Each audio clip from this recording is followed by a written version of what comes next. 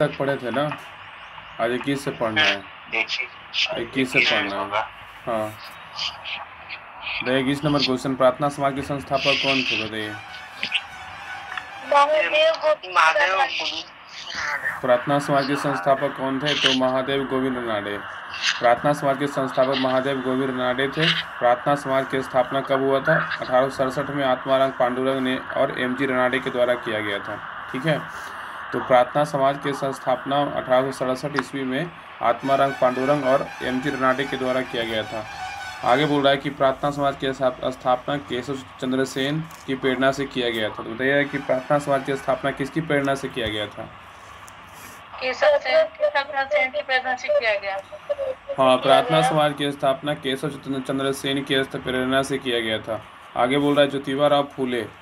ज्योतिबा फूले 1873 ईस्वी में संशोधक समाज की स्थापना किए थे। वे संशोधक समाज की स्थापना कब और किसने किया था? ज्योतिबा फूले 1873 ईस्वी में। हाँ, संशोधक समाज की स्थापना जो है ज्योतिबा फूले ने 1873 में किया था। आगे है प्रार्थना समाज। बोल रहा है आचार्य केशव चंद्र सेन की महाराष्ट्र यात्रा से प्रभावित होकर महादेव गोविंद रानडे और डॉक्टर आत्माराम पांडुरंग ने 1867 ईस्वी में बम्बई में प्रार्थना समाज की स्थापना किए थे। तो बोल रहा है कि आचार्य केशव चंद्र सेन की महाराष्ट्र यात्रा से प्रभावित होकर महादेव गोविंद रानडे और आत्माराम पांडुरंग ने 1867 ईस्वी में बम्बई में प्रार्थना समाज की स्थापना की और जी.आर. भंडारकर इस समाज के अग्रणी नेताओं में से एक थे। ठीक है, आगे बोल रहा है 1871 में रानडे ने सार्वजनिक समाज की स्थापना की। इन्हें अपनी प्रचंड मेधा शक्ति के कारण महाराष्ट्र के सुकरात भी कहा जाता है। तो बताइए कि सार्वजनिक 1871 में रानडे ने किस समाज की स्थापना किया था? समाज की स्थापना किया था।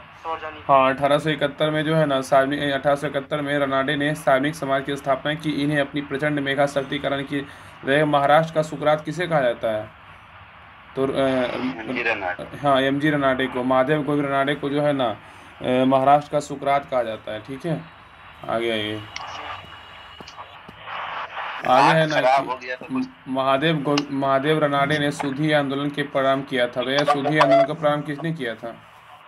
महादेव रानडे ने शुद्धि आंदोलन का प्रारंभ किया था। महादेव गोविंद रानडे ने शुद्धि आंदोलन का प्रारंभ किया था, जिसे अखिल भारतीय स्वरूप प्राप्त हुआ था। ठीक है, आगे बोल रहा है 1867 ईस्वी में कर्वे के सहयोग से रानडे ने विधवा आश्रम संघ की स्थापना किया था। विधवा आश्रम संघ की स्थापना किसके सहयोग से कब किया था और किसने किया था? क्या होगा?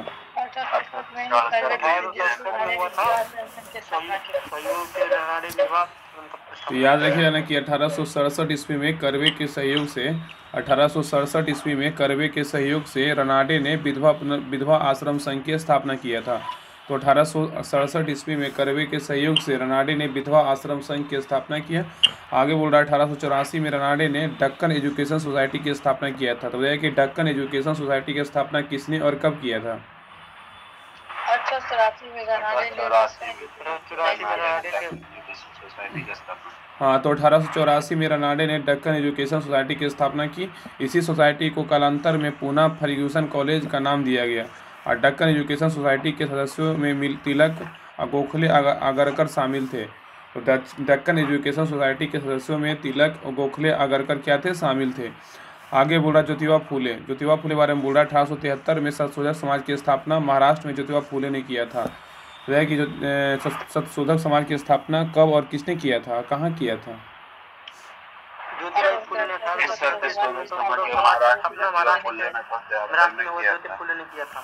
हाँ, तो संशोधक समाज की स्थापना जो है महाराष्ट्र में ज्योतिबा फूले ने किया था। कब? 1873 में किया था। संशोधक समाज पिछड़े वर्गों का उत्थान कार्यक्रम था। संशोधक समाज जो था पिछड़े वर्गों का उत्थान कार्यक्रम था। आगे है ईश्वर चंद्र विद्यासागर। ईश्वर चंद्र विद्यासागर ने विधवा पुनर्विवाह के लिए संघर्ष किया और उसे कानूनी रूप से वैध बनाने में सफलता प्राप्त की। तो ईश्वर चंद्र विद्यासागर के बारे में बोल रहा है कि ईश्वर चंद्र विद्यासागर ने विधवा पुनर्विवाह के लिए संघर्ष किया और उसे कानूनी रूप से क्या किया? वैध बनाने में सफलता प्राप्त की। हिंदू विधवा पुनर्विवाह अधिनियम कब आया था? 1856 में आया था। ठीक है, याद रखिएगा। हिंदू विधवा पुनर्विवाह अधिनियम कब आया था? 1856 में आया था। क्वेश्चन नंबर 22 है कि गांधी जी की दांडी यात्रा का प्रारंभ किस तारीख और वर्ष है? तो क्या होगा? 12 मार्च 1930 को। हाँ, गांधी जी की दांडी यात्रा का प्रारंभ किस तारीख और वर्ष है? तो 12 मार्च 1930 को जब इसका प्रारंभ होने का तिथि है तिथि है। बोल रहा है कि गांधी जी की दांडी यात्रा का प्रारंभ 12 मार्च 1930 को वर्ष में किया गया था। तो गांधी जी की दांडी यात्रा प्रारंभ 12 मार्च 1930 ईस्वी मतलब वर्ष में किया गया था। अंग्रेजों के नमक उत्पादन का एकाधिकार को खत्म करने के लिए महात्मा गांधी ने दांडी मार्च का आह्वान किया था। ठीक है, तो अंग्रेजों के नमक उत्पादन का एकाधिकार को खत्म करने के लिए महात्मा गांधी ने किसका आह्वान किया था? तो दांडी मार्च का आह्वान किया था। आगे बोल रहा है इसकी शुरुआत, दांडी मार्च की शुरुआत 12 मार्च 1930 ईस्वी को साबरमती आश्रम से हुई और 6 अप्रैल 1930 को यह यात्रा दांडी पहुंची। और इसी दिन 6:30 बजे महात्मा गांधी ने अंग्रेजों से के बनाए गए नमक कानून को तोड़ा था। ठीक है, याद रखिए कि इसकी शुरुआत जो है ना 12 मार्च 1930 को होता है, साबरमती आश्रम से होता है। इसका अंत जो कहाँ तक कब तक चलता है? तो 6 अप्रैल 1930 तक चलता है। और 6 अप्रैल को यह दांडी पहुँचे। इसी दिन 6:30 बजे सुबह 6:30 बजे महात्मा गांधी ने अंग्रेजों से बनाए गए नमक कानून को तोड़ा था। यही नहीं, इसी के बाद देश भर में सविनय अवज्ञा आंदोलन की शुरुआत हुआ था। इसी समय क्या हुआ था? कौन सा आंदोलन का शुरुआत हुआ था? सविनय अवज्ञा आंदोलन का शुरुआत हुआ था, जो 1934 ईस्वी तक चला था। दांडी मार्च के दौरान महात्मा गांधी ने अपने 78 अन्य सहयोगियों के साथ निकले थे और 386 किलोमीटर और 240 मील स्रोत एनसीईआरटी में दिया हुआ है। ऐसे 386 किलोमीटर, ऐसे मील में बोलेगा 240 मील यह यात्रा पैदल की तय की गई थी। ठीक है, आगे बोल रहा है कि 5 मार्च 1931 को गांधी इरविन समझौता के द्वारा इस आंदोलन को स्थगित किया गया था। तो बताया कि किस समझौता के बाद जो है ना मतलब इस आंदोलन को स्थगित कर दिया गया था? 5 मार्च 1931 हाँ, 5 मार्च 1931 को गांधी इरविन समझौता 5 मार्च 1931 को गांधी इरविन समझौता के द्वारा इस आंदोलन को क्या किया? स्थगित कर दिया गया। आगे बोल रहा है दांडी मार्च 91 वर्ष पूरे होने के उपलक्ष्य में केंद्र सरकार की ओर से अमृत महोत्सव मनाने का ऐलान किया गया। तो दांडी मार्च के 91 वर्ष पूर्व होने के उपलक्ष्य में केंद्र सरकार ने कौन सा महोत्सव मनाने का ऐलान किया? तो अमृत महोत्सव मनाने का ऐलान किया, जो 12 मार्च 2021 से 75वां आज़ादी वर्ष 2022 तक जारी रहेगा। ठीक है, जो क्या था कि 12 मार्च 2021 से 75वां आज़ादी वर्ष 2022 तक क्या रहेगा? जारी रहेगा। आगे बोल रहा है सविनय अवज्ञा आंदोलन। इसमें बोल रहा है कि फरवरी 1930 ईस्वी में साबरमती आश्रम में हुई कांग्रेस की बैठक में सविनय अवज्ञा आंदोलन के शुरू करने की बागडोर गांधी जी के हाथ में सौंपी गई थी। तो फरवरी 1930 में साबरमती आश्रम में हुई कांग्रेस की बैठक में सविनय अवज्ञा आंदोलन करने की बागडोर जो है किसके हाथ में सौंपा गया था? तो गांधी जी के गांधी जी के हाथ में सौंपा गया था। आगे बोल रहा है कि गांधी जी ने यंग इंडिया के माध्यम से वायसराय के समक्ष 11 सूत्री मांगे रखी थी। गांधी जी ने यंग इंडिया के माध्यम से वायसराय के समक्ष 11 सूत्री मांगे रखी। और दांडी यात्रा बोल रहा है गांधी जी ने 12 मार्च 1930 को ईस्वी को 78 अनुयायियों के साथ साबरमती आश्रम से दांडी मतलब नौसौरी गुजरात तक 241 मील की यात्रा की और 6 अप्रैल 1930 तक दांडी में नमक कानून का उल्लंघन किया और देश भर में यह आंदोलन शुरू हो गया। तो बोल रहा है ना कि गांधी जी ने यंग इंडिया के माध्यम से वायसराय के समक्ष 11 सूत्री मांगे रखी और दांडी यात्रा किया था। तो दांडी गांधी जी ने 12 मार्च 1930 को स्टार्ट की 78 अनुयायियों के साथ और साबरमती आश्रम से स्टार्ट हुआ था। कहाँ से? ना नौसौरी गुजरात से। तब तक 241 मील की यात्रा की और 6 अप्रैल 1930 को दांडी के में नमक कानून का उल्लंघन किया और देश भर में यह आंदोलन क्या हुआ? शुरू हो गया। आगे बोल रहा है सुभाष चंद्र बोस ने दांडी की यात्रा तुलना नेपोलियन के एल्वा से पेरिस की यात्रा से मुसोलिनी के रोम के मार्च से की थी। तो सुभाष चंद्र बोस ने दांडी यात्रा की तुलना किससे किया था और किससे किया था बताइए? सुभाष चंद्र बोस ने दांडी यात्रा की तुलना जो है ना नेपोलियन के एल्वा से पेरिस से यात्रा और मुसोलिनी के रोम मार्च से की थी। ठीक है, आगे बोल रहा है कि तमिलनाडु में सी राजगोपालाचारी ने तिरुचिरापल्ली से वेदारण्यम तक नमक यात्रा की थी। तमिलनाडु में सी राजगोपालाचारी ने तिरुचिरापल्ली से वेदारण्यम तक नमक यात्रा की। उत्तर पश्चिमी सीमा प्रांत में आंदोलन का नेतृत्व खान अब्दुल गफ्फार खान ने किया था। बताइएगा उत्तर पश्चिम सीमा प्रांत में आंदोलन का नेतृत्व किसने किया था? खान अब्दुल गफ्फार खान ने किया था। उनके नेतृत्व में खुदाई खिदमतगार या लाल कुर्ती आंदोलन चलाया गया। उन्होंने पख्तून नामक पत्रिका का प्रकाशन किया था। तो बोल रहा है कि उत्तर पश्चिमी सीमा प्रांत में आंदोलन का नेतृत्व खान अब्दुल गफ्फार खां सीमांत गांधी ने किया। उनके नेतृत्व में खुदाई खिदमतगार या लाल कोठी आंदोलन चलाया गया। उन्होंने पख्तून नामक पत्रिका का प्रकाशन किया था। किसने किया था? खान अब्दुल गफ्फार खान ने किया था। ठीक है, आगे बोल रहा है कि मणिपुर और नागालैंड में यदुनाग नागा के नेतृत्व में जिया तरंग मणिपुर और नागालैंड में यदुनाग नागा के नेतृत्व में जिया तरंग आंदोलन चलाया गया। बाद में गैडने लियू ने इसे नेतृत्व प्रदान किया और जवाहरलाल नेहरू ने इसे रानी की उपाधि दी थी। ठीक है, बोल रहा है कि मणिपुर और नागालैंड में यदुनाग नागा के नेतृत्व में जिया तरंग आंदोलन चलाया। ठीक है, और आगे बोल रहा है बाद में गैडने लियू ने इसे नेतृत्व प्रदान किया और जवाहरलाल नेहरू ने इन्हें रानी की उपाधि दी थी। ठीक है, आगे बोल रहा है कि 4 मई की रात को गांधी जी को गिरफ्तार कर एरबदा जेल भेज दिया गया था। तो यह है कि 4 मई की रात को गांधी जी को गिरफ्तार कर किस जेल में भेजा गया था? एरबदा जेल में भेजा गया था। आगे बोल रहा है कि गांधी जी की गिरफ्तारी के बाद सरोजिनी नायडू और इमाम साहेब ने धरसाना मतलब महाराष्ट्र में नमक कारखाने पर धावा बोला। तो गांधी जी की गिरफ्तारी के बाद गांधी जी की गिरफ्तारी हुआ ना 4 मई को रात में गांधी जी को गिरफ्तार हुआ था, जो भेजा गया था एरबदा जेल में।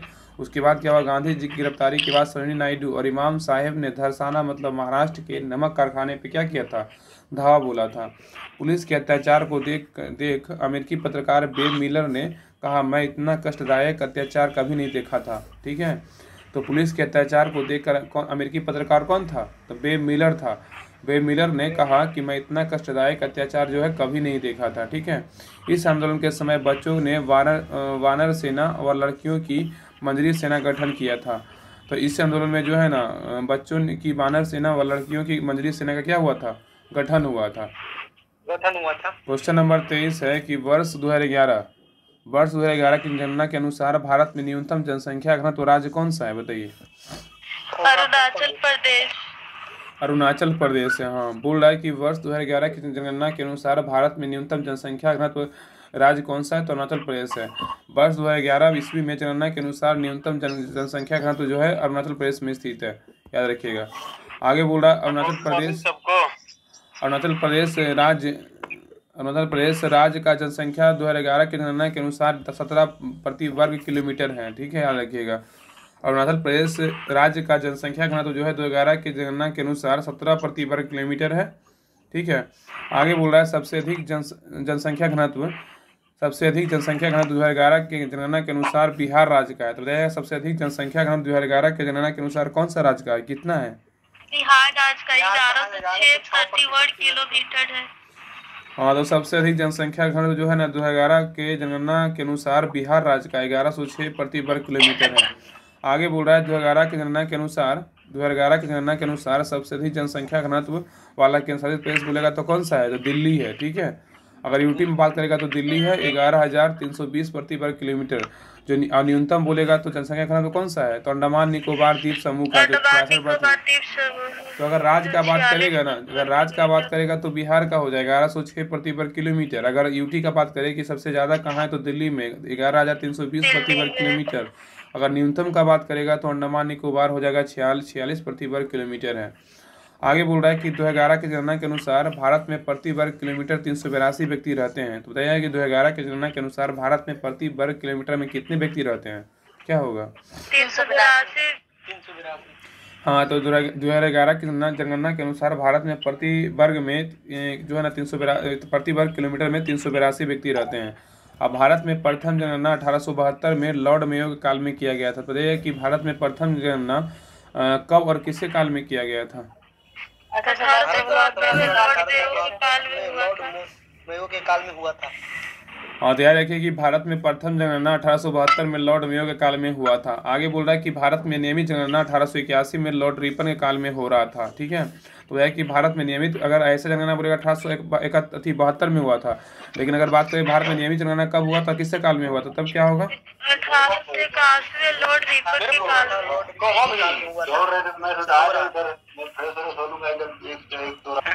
आगे बोल रहा है जनघनत्व, ठीक है, पॉपुलेशन डेंसिटी, ठीक है, जनघनत्व जनसंख्या जनघनत्व बोल रहा है, पॉपुलेशन डेंसिटी इसके बारे में बोल रहा है। जनसंख्या जनघनत्व, जनसंख्या घनत्व जनसंख्या सांद्रण के महत्वपूर्ण सूचकांक में एक है। जनसंख्या के घनत्व को प्रति इकाई क्षेत्र में व्यक्तियों की संख्या द्वारा अभिव्यक्त किया जाता है, अर्थात प्रति वर्ग किलोमीटर में रहने वाले लोगों की संख्या जनसंख्या घनत्व कहलाती है, ठीक है। तो बोल रहा है ना जनसंख्या घनत्व पॉपुलेशन डेंसिटी किसको बोलेंगे, जनसंख्या घनत्व जनसंख्या सांद्रण के महत्वपूर्ण सूचकांक में जो है ना एक है। जनसंख्या के घनत्व को प्रति इकाई क्षेत्र में व्यक्तियों की संख्या द्वारा अभिव्यक्त किया जाता है, अर्थात प्रति वर्ग किलोमीटर में रहने वाले लोगों की संख्या जनसंख्या घनत्व कहलाती है। और जनसंख्या घनत्व निकालना रहेगा तो क्या करेंगे, कुल जनसंख्या बटा कुल क्षेत्रफल करेंगे। हाँ, अगर जनसंख्या घनत्व निकालना रहेगा तो कुल जनसंख्या बटा कुल क्षेत्रफल करेंगे। याद रखिए जनसंख्या घनत्व निकालना रहेगा ना, जनसंख्या घनत्व तो कुल जनसंख्या बटा कुल क्षेत्रफल करेगा, जनसंख्या घनत्व निकलेगा। आगे बोल रहा है कि वर्ष 1921 ईस्वी में जनगणना को महाविभाजक की संज्ञा दी गई। तो क्वेश्चन पूछेगा ना कि कौन सा वर्ष को जनगणना के महाविभाजक की संज्ञा दी गई है, तो कौन सा वर्ष होगा, 1921 होगा। हाँ, आगे बोल रहा है कि भारत के सर्वाधिक एवं न्यूनतम जनसंख्या घनत्व वाले 4 राज्य हैं, ठीक है। तो भारत के सर्वाधिक एवं न्यूनतम जनसंख्या घनत्व वाले 4 राज्य हैं, और कौन कौन राज्य है तो देखिए इसमें दिया हुआ है ना कि सर्वाधिक में, ठीक है। तो बिहार जो है ना 1106 अभी पढ़े थे ऊपर, तो बिहार का सर्वाधिक जनसंख्या घनत्व वाला जिला बोलेगा तो बिहार सबसे ज़्यादा सर्वाधिक राज्य में है। अगर वहाँ बोलेगा बिहार का सर्वाधिक जनसंख्या घनत्व वाला जिला कौन सा है तो शिवहर है, ठीक है। शिवहर कितना 1882 किलोमीटर स्क्वायर। और उसके बाद कौन सा है, अगर उसके बाद राज्य में बात करेगा ना तो हो जाएगा पश्चिम बंगाल, उत्तर प्रदेश और केरल हो जाएगा, ठीक है, याद रखिएगा। सॉरी, पश्चिम बंगाल और केरल और उत्तर प्रदेश हो जाएगा। तो याद है ब्रैकेट में इसे दिया हुआ है, क्या रखिएगा ना कि इसमें अगर पूछेगा कि भारत का सर्वाधिक जनसंख्या घनत्व वाला अगर राज्य बोलेगा तो बिहार हो जाएगा, उसके बाद पश्चिम बंगाल, उसके बाद केरल, उसके बाद उत्तर प्रदेश, ठीक है। और अगर ऐसे बोलेगा बिहार में जिला कौन सा है तो शिवहर है, ठीक है, याद रखिएगा। और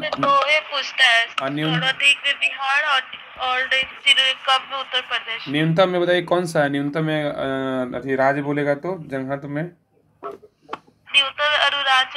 अरुणाचल प्रदेश है, उसके बाद कौन सा है, मिजोरम है, उसके बाद नहीं सॉरी हाँ मिजोरम है, उसके बाद सिक्किम है, उसके बाद मणिपुर है। तो न्यूनतम में ना अरुणाचल प्रदेश 17, मिजोरम 52, सिक्किम 86, मणिपुर 115। आगे बोल रहा है कि भारत के सर्वाधिक जनसंख्या घनत्व वाले 4 केंद्रशासित प्रदेश एवं न्यूनतम जनसंख्या वाले 3 केंद्रशासित प्रदेश सर्वाधिक हैं, ठीक है। तो बोल रहा है कि भारत के सर्वाधिक जनसंख्या घनत्व वाले 4 केंद्रशासित प्रदेश और न्यूनतम जनसंख्या वाले 3 केंद्रशासित प्रदेश हैं। तो सर्वाधिक में बोलेगा तो दिल्ली है, दिल्ली के बाद कौन है, चंडीगढ़ के बाद पुडुचेरी और उसके बाद दमनदीप है। तो सर्वाधिक में अगर यूटी की बात करेगा ना तो सर्वाधिक में दिल्ली 11,320 है, उसके बाद चंडीगढ़ 9,258 है, और पुडुचेरी का 2547 है, दमनदीप का 2191 है। और न्यूनतम का बात करेगा तो न्यूनतम में कौन है, अंडमान निकोबार द्वीप समूह भी पढ़े थे जिसका 46 है। और दादरा नगर हवेली कितना है, 700 है, ठीक है, याद रखिए 700। और लक्षद्वीप कितना है, 2149 है। तो सबसे न्यूनतम याद रखिए सर्वाधिक में यूटी में बोलेगा दिल्ली, उसके बाद चंडीगढ़। अगर न्यूनतम में बात करेगा तो अंडमान निकोबार, और उसके बाद कौन सा है, दादरा नगर हवेली है। ये कम से कम याद रखिएगा। आगे बोल रहा है नोट में दिया हुआ है कि भारत का जनसंख्या घनत्व जनगणना 2011 के आधार पर 17.5% की दशकीय वृद्धि के साथ 382 व्यक्ति प्रति वर्ग किलोमीटर है। तो बोल रहा है ना कि भारत का जनसंख्या जो घनत्व है 2011 के आधार पे 17.5% की दशकीय वृद्धि के साथ 382 व्यक्ति प्रति वर्ग किलोमीटर है। आगे बोल रहा है कि भारत में पहली बार जनगणना 1872 में हुई थी, ऊपर भी पढ़े थे, परंतु इसमें भारत में संपूर्ण भागों का प्रतिनिधित्व नहीं हुआ था और लगभग 20% भाग इसमें क्या हुआ था, छूट गया था।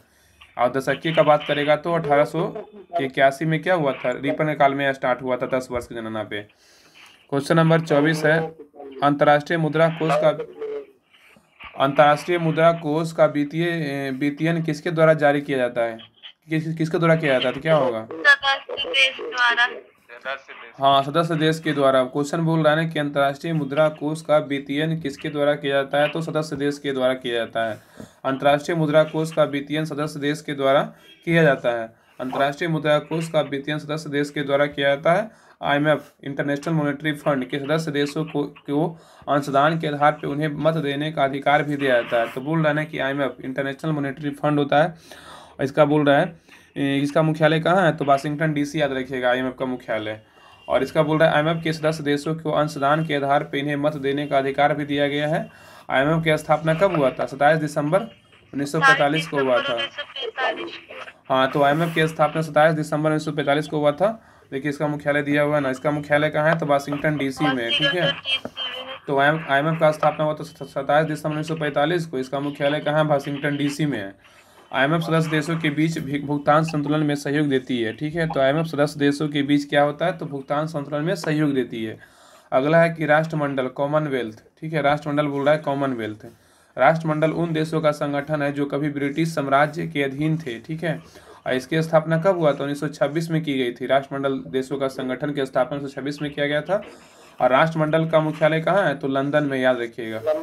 राष्ट्रमंडल का स्थापना हुआ था 1926 में। इसका मुख्यालय कहाँ है? तो लंदन में है।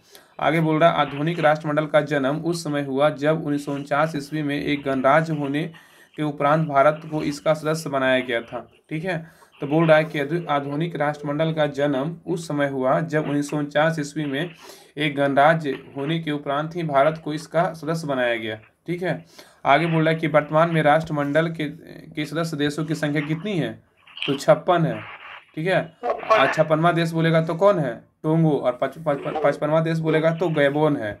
तो याद रखिए कि वर्तमान में राष्ट्रमंडल के सदस्य देशों की संख्या कितना है? 56। 56वां देश बोलेगा टोगो और 55वां देश बोलेगा तो गैबोन है। आगे बोल रहा है कि राष्ट्रमंडल का सर्वाधिक प्रभावशाली अंग राष्ट्रमंडलीय प्रधानों बोल रहा है कि राष्ट्रमंडल का सर्वाधिक प्रभावशाली अंग राष्ट्रमंडलीय शासनाध्यक्षों का सम्मेलन है। तो याद रखिएगा कि राष्ट्रमंडल का सर्वाधिक जो प्रभावशाली अंग है वो राष्ट्रमंडलीय शासनाध्यक्षों का सम्मेलन है। वर्तमान में इसके महासचिव कौन है? तो पेट्रिया और स्कॉटलैंड है वर्तमान में।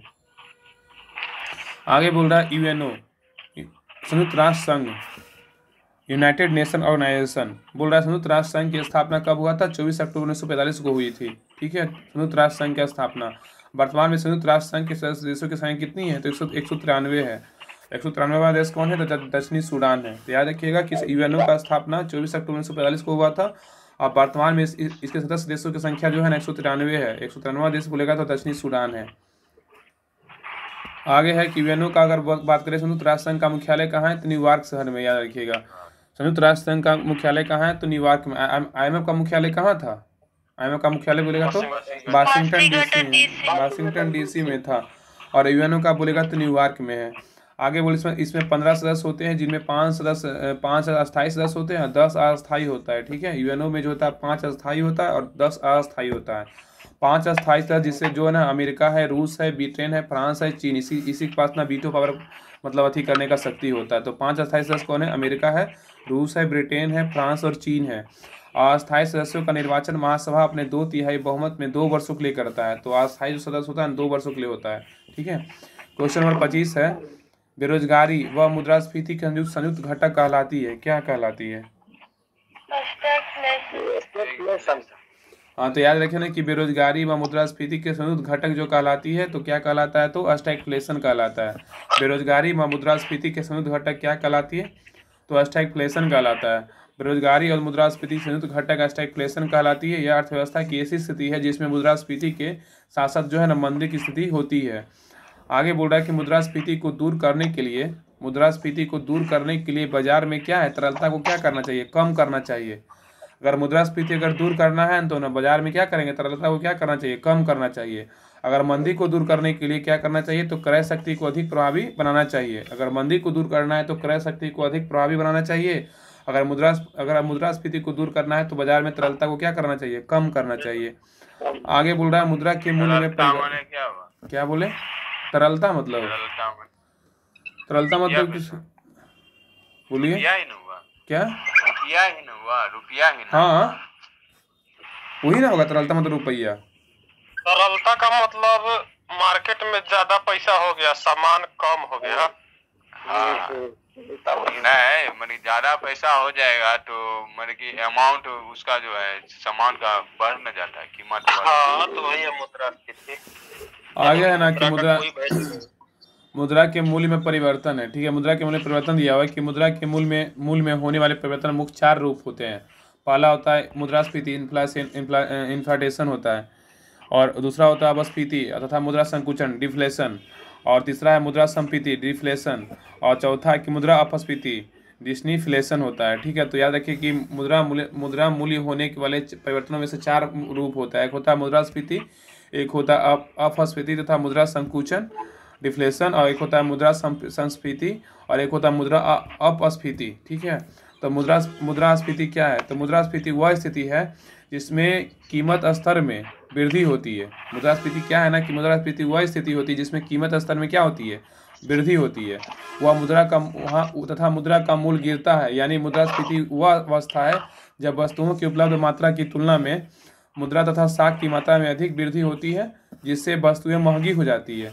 इसमें देनदार को क्या होती है? हानि होती है, एवं लेनदार यानी को ऋणी को लाभ होता है। मतलब इसमें मुद्रास्फीति में मतलब कि देनदार को हानि होता है और लेनदार को क्या होता है? ऋणी को लाभ होता है। भारत में मुद्रास्फीति इसमें उदाहरण से समझिएगा ना तो तुरंत समझ आएगा। जैसे मान लीजिए मार्केट में प्याज का घट गया, तो प्याज का कभी रेट नहीं बढ़ जाता है, तो उसमें क्या हो गया? पैसा का मूल्य घट गया, प्याज का रेट बढ़ गया, तो हो गया मुद्रास्फीति। कभी मार्केट में इतना ना प्याज आ गया कि वहां पे प्याज का कोई वैल्यू नहीं है, सड़ रहा है, और मुद्रा वैल्यू है, प्याज का कोई वैल्यू नहीं है, तो वही है मुद्रास्फीति या मुद्रा अपस्फीति। हाँ, भारत में जो है ना मुद्रास्फीति थोक मूल्य सूचकांक के द्वारा मापी जाती है। तो क्वेश्चन पूछा है कि भारत में मुद्रास्फीति किसके द्वारा मापी जाती है? तो क्या होगा? मूल्य सूचकांक के द्वारा मापी जाती है। ठीक है, तो भारत में मुद्रास्फीति जो होता है थोक मूल्य सूचकांक के द्वारा मापी जाती है। और मुद्रा आपूर्ति की वृद्धि पर नियंत्रण और मुद्रास्फीति को अस्थायी रूप से नियंत्रित किया जाता है। ठीक है, आगे बोला किन्स के अनुसार वास्तविक मुद्रास्फीति पूर्ण रोजगार बिंदु के बाद ही उत्पन्न होती है। तो किन्स के अनुसार वास्तविक मुद्रास्फीति पूर्ण रोजगार बिंदु के बाद ही उत्पन्न होती है। पूर्ण रोजगार बिंदु से उत्पन्न होने वाली स्फीति आंशिक स्फीति कहलाती है, जो प्रेरणात्मक होती है। आगे बोल रहा है कि मुद्रा संकुचन अथवा मुद्रा अपस्फीति ये क्या है? तो बोल रहा है कि यह मुद्रास्फीति की विपरीत अवस्था होता है। तो मुद्रा से जो संकुचन होता है ना, मुद्रास्फीति का विपरीत मतलब उल्टा होता है। इसमें मुद्रा का मूल्य बढ़ता है और वस्तुओं एवं सेवाओं का मूल्य क्या होता है? घटता है। उसी को ना मुद्रा संकुचन कहते हैं। ठीक है, इसमें क्या होता है? मुद्रास्फीति का उल्टा होता है। इसमें मुद्रास्फीति की विपरीत अवस्था होती है, इसमें मुद्रा का मूल्य बढ़ता है और वस्तुओं और सेवाओं का मूल्य क्या होता है? तो घटता है। आगे बोल रहा है प्रो-पिगू के अनुसार मुद्रा संकुचन दो प्रमुख लक्षण है। प्रो-पिगू के अनुसार मुद्रा संकुचन का कितने लक्षण है? 2 लक्षण है। पहला है उत्पादन में वृद्धि की मात्रा में अधिक होती है। उत्पादन में वृद्धि की मात्रा उत्पादन में वृद्धि मुद्रा की मात्रा अधिक होती है। और दूसरा है मूल्यों में गिरावट आती रहती है। ठीक है, आगे बोल रहा है कि मुद्रा अपस्फीति अर्थव्यवस्था में आर्थिक क्रियाओं को समाप्त करके बेरोजगारी बढ़ाती है। मुद्रा अपस्फीति अर्थव्यवस्था में आर्थिक क्रियाओं को समाप्त कर क्या होता है? बेरोजगारी बढ़ाती है, जिससे संपूर्ण अर्थव्यवस्था में निष्क्रिय एवं निर्जीव होकर मंदी के दौर में क्या होती है? फंस जाती है। आगे बोल रहा है मुद्रा संस्फीति रिफ्लेशन। बोल रहा है इसमें दिया हुआ कि मुद्रा संस्फीति क्या है? वह प्रक्रिया है जिसमें जानबूझकर मुद्रा और साख की मात्रा में क्या करता है? वृद्धि करके वस्तु मूल्यों में वृद्धि का प्रयास किया जाता है। मुद्रा संस्फीति क्या होता है कि मुद्रा वह प्रक्रिया है जिसमें जानबूझकर मुद्रा और साख की क्या बोले? हाँ, तो मुद्रा संस्फीति क्या था ना कि मुद्रा संस्फीति वह प्रक्रिया है जिसमें ना जानबूझकर मुद्रा और साख की मात्रा में वृद्धि करके वस्तु मूल्यों में वृद्धि का प्रयास किया जाता है। संस्फीति प्राय अर्थव्यवस्था में व्याप्त मंदी से छुटकारा प्राप्त करने के लिए किया जाता है। ठीक है, आगे नोट में दिया हो कि मुद्रास्फीति और संस्फीति की प्रक्रिया लगभग एक सी होती है। ठीक है, तो मुद्रास्फीति और संस्फीति की जो प्रक्रिया होता है लगभग एक सी होती है। दोनों में ही मुद्रा की मात्रा क्या होती है? बढ़ती है तथा कीमतों में वृद्धि होती है, परंतु दोनों में कुछ महत्वपूर्ण अंतर होता है। क्या है? तो संस्फीति जानबूझकर नियंत्रणात्मक रूप से बिगड़ी हुई स्थिति में को सुधारने के लिए अपनाई जाती है। बोल रहा है कि संस्फीति जो है ना जानबूझकर नियंत्रणात्मक रूप से बिगड़ी हुई स्थिति को सुधारने के लिए अपनाई जाती है, जबकि मुद्रास्फीति प्रायः जो है ना अनियंत्रित एवं परिस्थितिजन्य होती है। ठीक है, तो मुद्रास्फीति क्या होता है? अनियंत्रित एवं परिस्थितिजन्य होती है। आगे बोल रहा है मुद्रा अपस्फीति के अंतर्गत वे सब क्रियाएं हैं जो नीतियां व उपाय आते हैं। मुद्रा अपस्फीति के अंतर्गत वे सब क्रियाएं हैं, नीतियां व उपाय आते हैं जो मुद्रास्फीति के वेग को रोकने के लिए क्या किए जाते हैं। ठीक है, तो मुद्रा अपस्फीति क्या है? तो मुद्रा अपस्फीति के अंतर्गत वे सब क्रियाएं, नीतियां व उपाय आते हैं जो मुद्रास्फीति के वेग को रोकने के लिए किए जाते हैं। क्वेश्चन नंबर है 26। बैंक दर को बढ़ाने का प्रभाव कम हो जाएगा यदि क्या होगा? बैंक दर को बढ़ाने का प्रभाव हाँ, इसका जो है ना CRR कम कर दी जाए, मतलब कैश रिजर्व रेशियो। ठीक है, CRR को कम कर दी जाए। तो बैंक दर को बढ़ाने का प्रभाव कम हो जाए यदि क्या होगा? तो CRR कम कर दी जाए। बैंक दर को बढ़ाने का प्रभाव कम हो जाएगा तो CRR कम कर दी जाए। ठीक है, तो बैंक दर वह दर है जिस पर RBI वाणिज्यिक बैंकों को क्या करती है, ऋण उपलब्ध कराती है। ठीक है, ध्यान रखिएगा, बैंक दर वह दर है ना जिस पर RBI वाणिज्यिक बैंकों को ऋण उपलब्ध कराती है। वर्तमान में बैंक दर जो है ना 6.5% है, कमर्शियल बैंक RBI से 6.5% है। ठीक है, आगे बोल रहा है कमर्शियल बैंक RBI से 1 वर्ष के लिए जो ऋण लेती है उस पर ब्याज जो है ना वही यही कहलाता है। ठीक है, बैंक दर कहलाता है। तो बोल रहा है कि बैंक दर वह दर है जिस पे RBI वाणिज्यिक बैंकों को ऋण उपलब्ध कराता है। वर्तमान में बैंक दर जो है 6.5% है और कमर्शियल बैंक RBI से 1 वर्ष तक के लिए जो ऋण लेती है उस पर ब्याज मतलब लगा जो ये होता है 6.5। आगे बोल रहा है ना कि दीर्घकालीन आवश्यकताओं की पूर्ति हेतु जिस ब्याज दर पर कमर्शियल बैंक RBI से नकदी ऋण प्राप्त करते हैं उसे बैंक दर कहते हैं। ठीक है, तो दीर्घकालीन आवश्यकताओं की पूर्ति हेतु जिस ब्याज दर पर कमर्शियल बैंक RBI से नकदी ऋण प्राप्त करते हैं उसे बैंक दर कहते हैं। बैंक दर कम करने के लिए क्या होता है, बाजार में क्या करेंगे, तरलता बढ़ जाता है। बैंक दर कम करने से क्या होता है, बाजार में तरलता क्या होता है, बढ़ जाता है, मतलब मूल्य बढ़ जाता है रुपया का। आगे बोल रहा है रेपो दर बराबर क्या होता है, तो वर्तमान में जो है ना 6.25% है, इसमें 2 से 14 दिनों के लिए अल्पकालीन था और कमर्शियल बैंक जो है RBI से ऋण लेती है उस पर ब्याज है। आगे बोला MSF वर्तमान में जो है 6.50% है, 1 दिन के लिए कमर्शियल बैंक RBI से ऋण लेती है उस पर ब्याज है। आगे बोल रहा है कि रिवर्स रेपो रेट। ठीक है, ये देखिए 64 पोस्ट में पूछ क्या बोले सर, 1 दिन के लिए देता है ब्याज। हाँ, ये देखिए नीचे क्वेश्चन है, 64 पोस्ट में पूछा हुआ क्वेश्चन है 2023 में जो एग्जाम हुआ था। बोल रहा है कि रिवर्स रेपो दर क्या है, अल्पकालीन अवधि के लिए रिजर्व बैंक द्वारा कमर्शियल बैंकों से जिस ब्याज पर नकदी प्राप्त की जाती है उसे रिवर्स रेपो रेट कहते हैं। ठीक है, तो रिवर्स रेपो रेट किसको बोलेंगे, जो अल्पकालिक अवधि के लिए रिजर्व बैंक द्वारा कमर्शियल बैंकों से जिस ब्याज दर पर नकदी प्राप्त की जाती है उसे रिवर्स रेपो दर कहते हैं। सामान्यतः बाजार में मुद्रा आपूर्ति को बढ़ जाने पर उसमें कमी लाने के उद्देश्य से रिजर्व बैंक द्वारा बढ़ी ब्याज दरों पर कमर्शियल बैंकों को अल्प अवधि के लिए नकदी रिजर्व बैंक में जमा करने हेतु प्रोत्साहित किया जाता है। तो रिवर्स रेपो दर बराबर क्या होता है, वर्तमान में 3.35% है। तो याद रखिए कि रिवर्स रेपो दर क्या है, तो अल्पकालिक अवधि के लिए रिजर्व बैंक द्वारा कमर्शियल बैंकों से जिस ब्याज दर पर नकदी प्राप्त की जाती है उसे रिवर्स रेपो दर कहते हैं। समानता बाजार में मुद्रा की आपूर्ति बढ़ जाने से उसमें कमी लाने के उद्देश्य से रिजर्व बैंक द्वारा क्या होती है, बढ़ी ब्याज दरों पर कमर्शियल बैंकों को अल्प अवधि के लिए नकदी रिजर्व बैंक में जमा करने से हेतु प्रोत्साहित किया जाता है। रिवर्स रेपो दर वर्तमान में 3.35% है। अब आगे दिया हुआ ना कि नगद आरक्षित अनुपात है, CRR है। किसी वाणिज्य बैंक में कुल जमा राशि वह प्रतिशत भाग जिसे रिजर्व बैंक के पास अनिवार्य रूप से जमा करना पड़ता है नगद आरक्षित अनुपात कहलाता है। तो नगद आरक्षित अनुपात किसको बोलेंगे, CRR। किसी वाणिज्य बैंक में कुल जमा राशि वह प्रतिशत भाग जिसे रिजर्व बैंक के पास अनिवार्य रूप से जमा करना पड़ता है नगद आरक्षित अनुपात कहा जाता है। इसकी दर जितनी ऊंची होती है बैंकों की साख सृजन क्षमता उतनी ही क्या होती है, कम होती है। आगे बोल रहा है कि वर्तमान में CRR कितना है, तो 4.5% है। आगे बोल रहा है कि नगद आरक्षित अनुपात में वृद्धि और कमी का प्रभाव बैंक दर में वृद्धि और कमी के प्रभाव से समान ही होता है। तो नगद आरक्षित अनुपात में वृद्धि और कमी का प्रभाव बैंक दर में वृद्धि और कमी के प्रभाव से ही क्या होता है, समान होता है। आगे बोल रहा है वैधानिक तरलता अनुपात SLR। वैधानिक तरलता अनुपात बोल रहा है किसी भी वाणिज्य बैंक में कुल जमा राशि वह प्रतिशत भाग है जो नगद स्वर्ण विदेशी मुद्रा के रूप में उसे अपने पास अनिवार्य रूप से रखना पड़ता है, वैधानिक तरलता अनुपात कहलाता है। तो वैधानिक तरलता अनुपात किसको बोलेंगे, SLR। किसी भी वाणिज्य बैंक में कुल जमा राशि वह राशि मतलब प्रतिशत भाग जो नगद स्वर्ण विदेशी मुद्रा के रूप में उसे अपने पास अनिवार्य रूप से रखना पड़ता है, वैधानिक तरलता अनुपात कहलाता है। बैंकों को वित्तीय संकट का सामना करने हेतु रिजर्व बैंक द्वारा ऐसी व्यवस्था की गई है, SLR मतलब वर्तमान में कितना 18% है। आगे है कि वैधानिक बैंक अपना पूरा पैसा का 18% रखना ही पड़ेगा। हाँ, SLR। आगे बोल रहा है वैधानिक तरलता अनुपात में वृद्धि और कमी का प्रभाव बैंक दर में वृद्धि और कमी के प्रभाव के समान ही होता है। तो वैधानिक तरलता अनुपात में वृद्धि और कमी का प्रभाव जो है बैंक दर में वृद्धि और कमी के प्रभाव के ही समान होता है। आगे बोल रहा है क्वेश्चन नंबर 27 है, निम्न सार्वजनिक उपक्रम में कौन सा महारत्न नहीं है, बताइए कौन नहीं है। BSNL नहीं है, BSNL। BSNL। हाँ, तो महारत्न नहीं है, तो ये इसमें जो है ना BSNL महारत्न नहीं है, लेकिन भेल महारत्न है, सेल महारत्न है, गेल महारत्न है। तो बोल रहा है कि सार्वजनिक उपक्रम में BSNL महारत्न नहीं है। सर्ववर्तमान में निदेशक PK पुरवार जो है स्थापना कब हुआ था BSNL का? 15 सितंबर 2000 में स्थापना हुआ था BSNL का। भारत में सर्वप्रथम 1997 में केंद्रीय लोक उद्यम विभाग द्वारा नवरत्न का दर्जा दिया गया। याद रखें कि भारत में सर्वप्रथम 1997 में केंद्रीय लोक उद्यम विभाग द्वारा नवरत्न का दर्जा दिया गया था।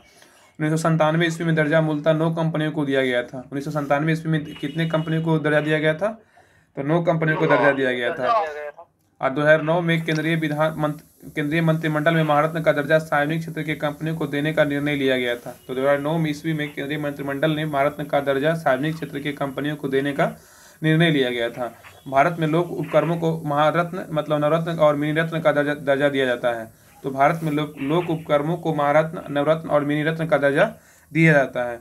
आगे बोल रहा है महारत्न क्या है? तो बोल रहा है कि महारत्न योजना का उद्देश्य सार्वजनिक क्षेत्र के उद्यमों को अपने कारोबार का विस्तार करने तथा विश्व में बड़ी कंपनी के रूप में उभरने में समर्थ बनाना है। तो महारत्न क्या है कि महारत्न योजना का उद्देश्य सार्वजनिक क्षेत्र के उद्यमों को अपने कारोबार का विस्तार करने तथा विश्व में बड़ी कंपनी के रूप में उभरने का समर्थ बनाना है। महारत्न का दर्जा प्राप्त करने के लिए कंपनियों को दिशा निर्देश दिया गया है। क्या क्या चाहिए, मतलब अगर महारत्न कंपनी बनना है तो उसको क्या क्या निर्देश देना, मतलब क्या है उसको मतलब चाहिए उसे, मतलब जो है नवरत्न का दर्जा प्राप्त हो। और आगे बोल रहा है वह भारतीय शेयर बाजार में सूचीबद्ध हो तथा वैश्विक स्तर पर क्या हो, महत्वपूर्ण उपस्थिति में हो, तभी महारत्न का दर्जा मिलेगा। और पिछले 3 वर्षों के दौरान उसका औसत सालाना कितना कारोबार हो, तो 25,000 करोड़ से ज़्यादा हो, तभी मिलेगा महारत्न का दर्जा। और पिछले 3 वर्षों के दौरान उसकी औसत सालाना शुद्ध संपत्ति कितनी हो, तो 15,000 करोड़ से ज़्यादा हो। और कर अदायगी के बाद, नेक्स्ट पॉइंट है कि कर अदायगी के बाद पिछले 3 वर्षों के दौरान उसका औसत सालाना शुद्ध लाभ कितना है, तो 5,000 करोड़ से ज़्यादा हो। ठीक है, तो कर अदायगी के बाद पिछले 3 वर्षों के दौरान उसका औसत सालाना शुद्ध लाभ जो है 5,000 करोड़ से ज़्यादा हो। आगे बोल रहा है कि महारत्न कंपनियां बिना सरकार की मंजूरी को अपनी परियोजना के कुल मूल्य के 15% तक विनिवेश करने के लिए मुक्त होगी। तो बोल रहा है कि महारत्न कंपनियां बिना सरकार की मंजूरी के अपनी परियोजना के कुल मूल्य के 15% तक निवेश करने के लिए मुक्त होगी, परंतु यह निवेश 5,000 से अधिक नहीं होना चाहिए। वर्तमान में कुल 13 सार्वजनिक क्षेत्र के उपक्रमों को महारत्न का दर्जा प्राप्त हुआ, अब तो ज़्यादा बढ़ गया है। कितना वर्तमान में है महारत्न का कंपनी का कितना है टोटल है? 15 है ना शायद? 13 ही तो। नहीं 15 हो, अरे बढ़ गया है, बढ़ गया है। आगे बोल रहा है 14 नहीं, तो बोल रहा है कि वर्तमान में जो है ना 13 सार्वजनिक क्षेत्र के उपक्रमों को महारत्न का दर्जा प्राप्त है। आगे पहला है कि भारत है इलेक्ट्रिक्स लिमिटेड, मतलब जो है ना भारत हैवी इलेक्ट्रिक्स लिमिटेड, भेल। पहला है भेल, इसके निदेशक कौन है? नलिन सिंघल है। ठीक है, और इसका भेल का मुख्यालय कहाँ है? तो नई दिल्ली है। बताइए भेल का स्थापना कब हुआ था? 1956 में स्थापना हुआ था भेल को। ठीक है, और 2022 में जो इसको गोल्डन पीकॉक पर्यावरण प्रबंधन पुरस्कार का विजेता भी इसको दिया गया है। ठीक है, भेल को। आगे बोल रहे दूसरा कौन है? कोल इंडिया लिमिटेड। दूसरा कौन है? तो कोल इंडिया लिमिटेड है। ठीक है, दूसरा कौन है? कोल इंडिया लिमिटेड। तीसरा कौन है? इंडियन ऑयल कॉर्पोरेशन लिमिटेड है, Indian oil corporation limited IOCL। और चौथा कौन है? National thermal power corporation limited NTPC है। ठीक है, national thermal power corporation limited चौथा महारत्न है। आगे बोल रहा है अब पाँचवा कौन है? पाँचवा बोले तो oil and natural gas corporation limited है, ONGC है। हाँ, oil and natural gas corporation limited ONGC की पहली महिला अध्यक्ष कौन थी? ONGC की पहली महिला अध्यक्ष बोले अलका मित्तल है, अलका मित्तल। ठीक है, वर्तमान में नवरत्न कंपनियां 16 है। नवरत्न 16 है ना? अच्छा, नवरत्न 16, महारत्न 13 ही है। आगे बोल रहा है Steel Authority of India Limited, छठा कौन है? Steel Authority of India Limited, SAIL है। और सातवां का बात करें, सातवां कौन है? Bharat Petroleum Corporation Limited BPCL। निर्देशक कौन है? G कृष्ण कुमार है। मुख्यालय कहाँ है? मुंबई में है। और BPCL का स्थापना कब हुआ था? 1952 में स्थापना हुआ था BPCL का। और BPCL को जो है ना 2022 का गोल्डन पीकॉक पर्यावरण प्रबंधन पुरस्कार के विजेता भी है BPCL, इसको मिला है। और 8वां महारत्न कंपनी कौन है? तो गेल है, याद रखें गेल 8वां। और 9वां कौन है? तो HPCL है, Hindustan petroleum Corporation limited HPCL। और 10वां कौन है? तो power grid corporation of India limited है। 10वां तो power grid corporation of India limited. और 11वां कौन है? तो पावर फाइनेंस कॉर्पोरेशन PFC, इसके निर्देशक कौन है? परमिंदर चोपड़ा है। इसका पावर फाइनेंस कॉर्पोरेशन का जो मुख्यालय कहाँ है? नई दिल्ली में। स्थापना कब हुआ था पीएफसी का? 1986 में स्थापना हुआ था। ये जो है ना 11वां महारत्न कंपनी है, याद रखिएगा, पीएफसी। अगला है 12वां ग्रामीण विद्युतीकरण निगम, आरईसी, ठीक है, रूरल इलेक्ट्रिफिकेशन कॉर्पोरेशन, आरईसी। इसका निर्देशक कौन है? विवेक कुमार देवागन है। और आरईसी का मुख्यालय कहाँ है? तो नई दिल्ली में। आरईसी का स्थापना कब हुआ था? 1969 में स्थापना हुआ था आरईसी का। ये जो है ना 12वां महारत्न कंपनी है आरईसी। और 13वां बोलेगा तो कौन है? OIL है, ऑयल इंडिया लिमिटेड, ठीक है। इसके निर्देशक बोलेगा तो डॉक्टर रंजीत रथ हैं। इसका मुख्यालय कहाँ है? दुलजियाना, असम में है OIL का मुख्यालय। और OIL का स्थापना कब हुआ था? 1959 में स्थापना हुआ था OIL का। इसके पहले का बोलेगा तो 1969 में। इसका 10 कम कर दीजिएगा तो OIL का स्थापना हुआ था 1959 में, ठीक है। ये जो है 13वां महारत्न कंपनी है। और नवरत्न कंपनी कितना है वर्तमान में? 16 है ना। अभी तो इसमें दिया है 14, लेकिन 16 है नवरत्न कंपनी। इसमें 14, यहाँ पे 16 होगा, वर्तमान में 16 है। पहला की भारत इलेक्ट्रिक लिमिटेड, बेल का स्थापना कब हुआ था? BEL का 1954 में स्थापना हुआ था। और container corporation of India limited का स्थापना कब हुआ था? दूसरा जो है 1988 में स्थापना हुआ था। इंजीनियर्स इंडिया लिमिटेड EIL का स्थापना कब हुआ था? 1965। और चौथा है हिंदुस्तान एरोनॉटिक्स लिमिटेड, HAL का स्थापना कब हुआ था? 1940। हिंदुस्तान एरोनॉटिक्स लिमिटेड का HAL का स्थापना कब हुआ था? 1940 में स्थापना हुआ था। पांचवा है महानगर टेलीफोन कंपनी लिमिटेड, MTNL का स्थापना कब हुआ था? 1986। हाँ, महानगर टेलीफोन कंपनी लिमिटेड MTNL का स्थापना कब हुआ था? 1986 में स्थापना हुआ था। National aluminium company limited, NALCO का स्थापना कब हुआ था? 1981। National aluminium company limited, NALCO का स्थापना 1981 में हुआ था। राष्ट्रीय भवन निर्माण निगम लिमिटेड, NBCC का स्थापना कब हुआ था? 1960 में हुआ था। हाँ, राष्ट्रीय भवन निर्माण निगम लिमिटेड NBCC का स्थापना कब हुआ था? 1960 में हुआ था। बताइए, राष्ट्रीय खनिज विकास निगम लिमिटेड NMDC का स्थापना कब हुआ था? 1958। हाँ, राष्ट्रीय खनिज विकास निगम लिमिटेड मतलब NMDC का स्थापना कब? 1958। Neyveli lignite corporation India limited NLC का स्थापना कब हुआ था? 1956। कितना पूछेगा, नहीं, मेन इंपॉर्टेंट वन पूछता है। Neyveli lignite corporation India limited NLC का स्थापना 1956 में हुआ था। राष्ट्रीय इस्पात निगम लिमिटेड RINL का स्थापना कब हुआ था? 1982। राष्ट्रीय इस्पात निगम लिमिटेड RINL का स्थापना 1982। Shipping corporation of India limited, इसका स्थापना कब हुआ था? 1961 में हुआ था। Shipping corporation of India limited, इसका स्थापना 1961 में। रेल विकास निगम लिमिटेड का स्थापना कब हुआ था? 2003 में। हाँ, रेल विकास निगम लिमिटेड का स्थापना RVNL का 2003 में। ONGC विदेश लिमिटेड OVL का स्थापना कब हुआ था? 1965। हाँ, ONGC विदेश लिमिटेड OVL का स्थापना 1965। राष्ट्रीय केमिकल एंड फर्टिलाइजर्स RCF का स्थापना कब हुआ था? 1978 में। राष्ट्रीय केमिकल्स एंड फर्टिलाइजर्स RCF का स्थापना कब? 1978 में। और 15वां कौन है? 15वां महारत्न कंपनी याद है? नवरत्न कौन है? 15वां। 16 है ना टोटल नवरत्न कंपनी। 15वां कौन है? 14वां तो राष्ट्रीय केमिकल्स एंड फर्टिलाइजर्स RCF का स्थापना 1978 में हुआ था। तो बताइए कि ये जो है ना 15वां कौन है? याद है? तो याद रखिएगा ना कि 15वां कंपनी है ना इरकॉन है, ठीक है। इरकॉन इंडिया इंटरनेशनल लिमिटेड है। और 16वां बोलेगा तो राइट्स लिमिटेड है, ठीक है, राइट्स लिमिटेड 16वां नवरत्न कंपनी है। तो 15वां का बात करेगा तो इरकॉन इंटरनेशनल लिमिटेड। और 16वां बोलेगा तो RITS राइट्स लिमिटेड है। RITS हाँ, राइट्स लिमिटेड। अब आइए, तो टोटल जो याद रखेगा 16 नवरत्न है और 15 कितना 13 महारत्न कंपनी है, ठीक है। आगे क्वेश्चन नंबर है 28। बताइए कि निम्न में बहुआयामी गरीबी सूचकांक के संबंध में गलत कौन है? बताइए।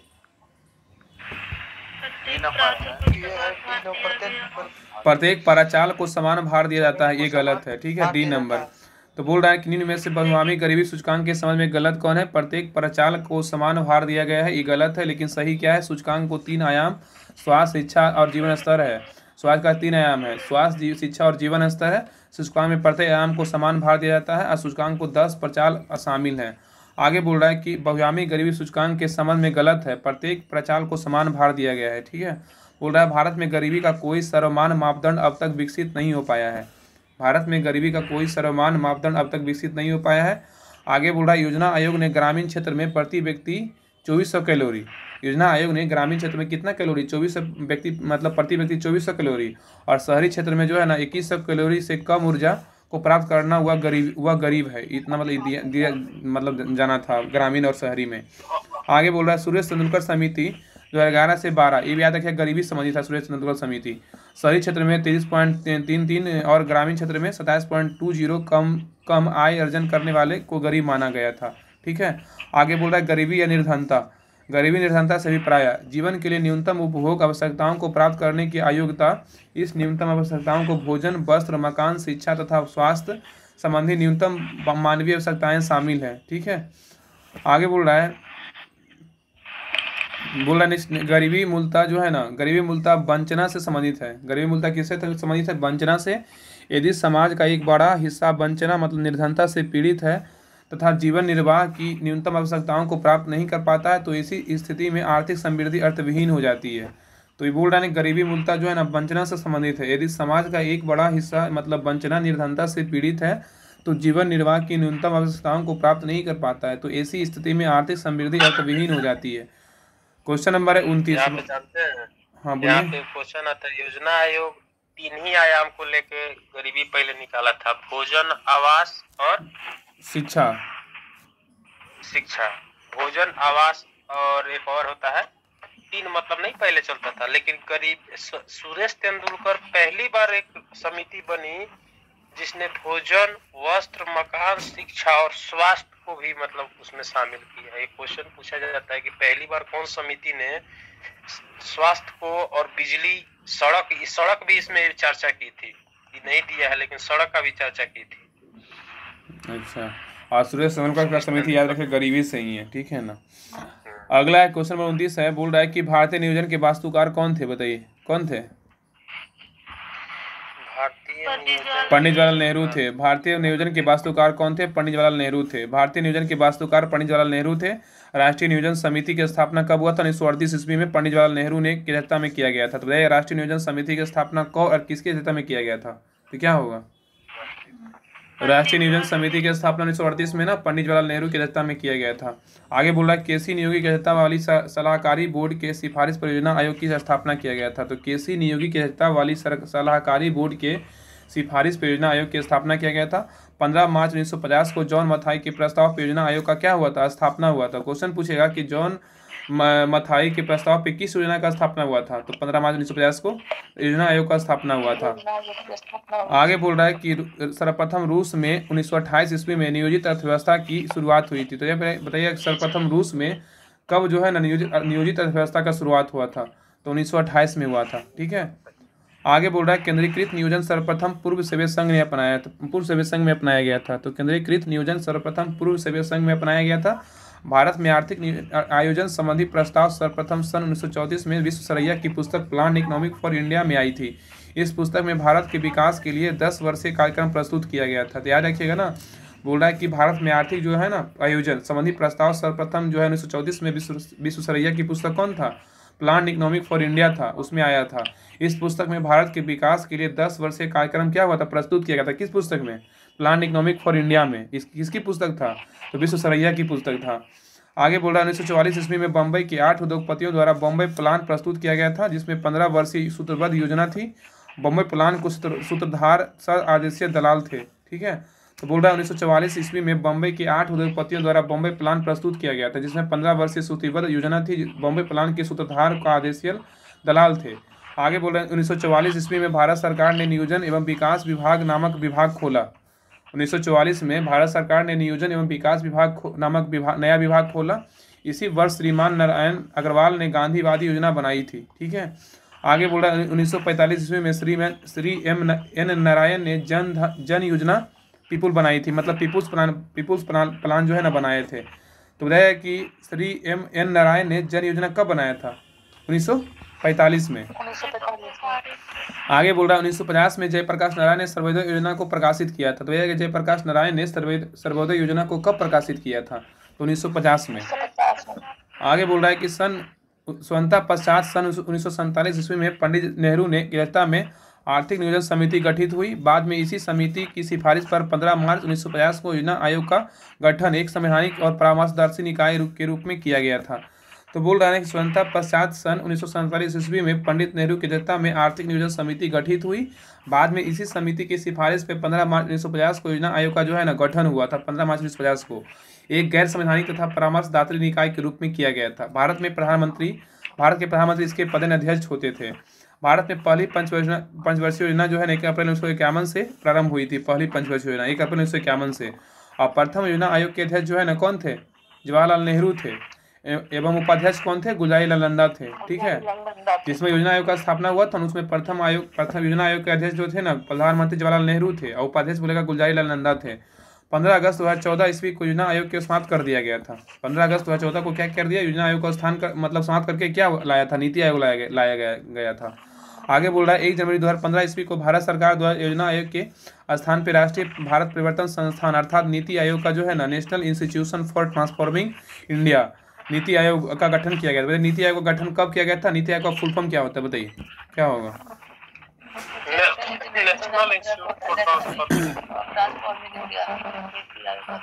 सभी लोग जो है ना बुक डाउनलोड कर लीजिए, ठीक है ना, PDF भेजना नहीं पड़ेगा। बोल रहा है ना कि 1 जनवरी 2015 को भारत सरकार द्वारा जो है ना योजना आयोग को स्थान पे जो है राष्ट्रीय भारत परिवर्तन संस्थान अर्थात NITI Aayog national institution for transforming India NITI Aayog का गठन किया गया। प्रथम पंचवर्षीय योजना जो है 51 से 56 था। हेरर डोमर मॉडल पे क्या था? आधारित था। ठीक है, आगे बोल रहा है इस योजना का मुख्य उद्देश्य जो था ना, प्रथम योजना का जो मुख्य उद्देश्य था अर्थव्यवस्था को संतुलित विकास की प्रक्रिया आरंभ करना था। और इस योजना में कृषि को प्रथम योजना था ना उसमें किसका उच्च प्राथमिकता दिया गया था? तो कृषि को दिया गया था।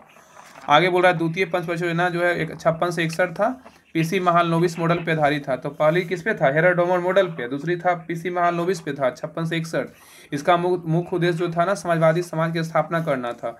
इसमें भारी उद्योग खनिजों को क्या दिया गया था? उच्च प्राथमिकता दिया गया था। तो पहला में था कृषि का और दूसरा में था भारी उद्योग और खनिजों को उच्च प्राथमिकता दिया गया था। क्वेश्चन नंबर 30 है कि निम्न में से उनकी पहचान कर रिजर्व बैंक द्वारा कार्य नहीं है। बताइए कौन होगा? क्वेश्चन नंबर 30 बोल रहा है कि निम्न में से उनकी पहचान करे जो रिजर्व बैंक का कार्य नहीं है। तो कौन नहीं है? तो जनता से प्राप्त जमाओं का ब्याज देना, ये नहीं है। ठीक है, लेकिन विदेशी विनिमय भंडारण का संरक्षण करना ये है रिजर्व बैंक का कार्य है। करेंसी जारी करना रिजर्व बैंक का काम है। नगद आरक्षण संरक्षण ये भी रिजर्व बैंक का काम है। जनता से प्राप्त जमाओं पर ब्याज देना जो है ना RBI का काम नहीं है, लेकिन विदेशी विनिमय भंडारण का संरक्षण RBI का काम है। करेंसी जारी करना RBI का काम है। नगद आरक्षण संरक्षण करना ये RBI का काम है। बोल रहा है रिजर्व बैंक का कार्य जनता से प्राप्त जमाओं को ब्याज देना नहीं है। RBI जनता का बैंक नहीं है और RBI जनता का बैंक नहीं है, सही है। RBI व्यावसायिक बैंकों का बैंक होता है, ये बिल्कुल बात सही बात है। RBI भारत सरकार का भी बैंक होता है। आगे बोल रहा है RBI भारत में मौद्रिक नीति की घोषणा करता है। ठीक है, तो RBI जनता का बैंक नहीं होता। RBI व्यावसायिक बैंकों का बैंक है। RBI भारत सरकार का बैंक है। RBI भारत में मौद्रिक नीति की घोषणा करता है और वित्त मंत्रालय आर्थिक समीक्षा जारी करता है। ठीक है, वित्त मंत्रालय क्या करता है? आर्थिक समीक्षा जारी करता है। आगे बोल रहा RBI भारतीय रिजर्व बैंक। भारतीय रिजर्व बैंक की स्थापना 1 अप्रैल 1935 को यंग हिल्टन समिति की सिफारिश पर भारतीय रिजर्व बैंक अधिनियम 1934 के अंतर्गत की गई थी। इसका राष्ट्रीयकरण जो है RBI का 1 जनवरी 1949 को किया गया था। आगे बोल रहा है सर वॉरेन स्मिथ 1935 से 37 में इसके प्रथम गवर्नर थे। तो RBI के प्रथम गवर्नर कौन थे? सर वॉरेन स्मिथ थे 1935 से 37 में। और प्रथम भारतीय गवर्नर एवं देश के स्वतंत्रता के समय गवर्नर कौन थे? सर CD देशमुख थे। 1943 से 49 तक रहे थे। तो अगर भारतीय गवर्नर का बात करेगा तो CD देशमुख 1943 से 1949। और आगे बोल रहा है कि वर्तमान में शक्तिकांत दास इसके गवर्नर है जो 25 में है। और रिजर्व बैंक का प्रधान कार्यालय कहाँ है? तो मुंबई में, तथा इसका स्थानीय प्रधान कार्यालय नई दिल्ली, कोलकाता, मुंबई और चेन्नई में भी है। मतलब जो प्रधान कार्यालय जो है ना मुंबई में तथा स्थानीय प्रधान कार्यालय बोलेगा तो नई दिल्ली, कोलकाता, मुंबई तथा चेन्नई में भी है। भारतीय रिजर्व बैंक का प्रमुख कार्य क्या क्या होता है? मतलब RBI का काम जो है ना क्या होता है? तो मौद्रिक नीति का संचालन करना ये भी RBI का काम है। साख नियंत्रण करना RBI का काम है। मुद्रा जारी करता ये भी RBI का काम है। अब बैंकों के रूप में जो है ना बैंकों के बैंक के रूप में RBI का ही होता है। और भारतीय बैंकिंग एवं वित्तीय व्यवस्था को विनियमित करना कौन करता है? तो RBI करता है। भारतीय बैंकिंग एवं वित्तीय व्यवस्था को विनियमित कौन करता है? तो RBI करता है। सरकार के बैंकर एजेंट एवं सलाहकार की भूमिका अदा करना ये भी RBI का ही काम होता है। तो सरकार के बैंकर एजेंट एवं सलाहकार की भूमिका अदा करना RBI का ही काम होता है। और विदेशी मुद्रा का भंडार का संरक्षण भी RBI का काम होता है। और विदेशी विनिमय दर का नियमन ये भी RBI काम होता है। विकासात्मक भूमिका ये भी RBI का काम होता है। तो RBI का जो प्रमुख कार्य है ना, पहला था मौद्रिक नीति का संचालन करना, दूसरा था साख नियंत्रण, तीसरा था मुद्रा जारी करता, और चौथा था बैंकों के बैंक के रूप में कार्य करना, और पांचवा था भारतीय बैंकिंग और वित्तीय व्यवस्था को विनियमित करना, आरबीआई का ही काम था। और नेक्स्ट था सरकार के बैंकर एजेंट को सलाहकार की भूमिका अदा करना, आरबीआई का ही काम था। और विदेशी मुद्रा का भंडार का संरक्षण करना आरबीआई का ही काम था। विदेशी विनिमय का दर नियमन करना ये भी आरबीआई का ही था। और विकासात्मक भूमिका भी ये आरबीआई का ही काम था। अब क्वेश्चन नंबर 31 कल से पढ़ेंगे, कल क्वेश्चन नंबर 31 कल।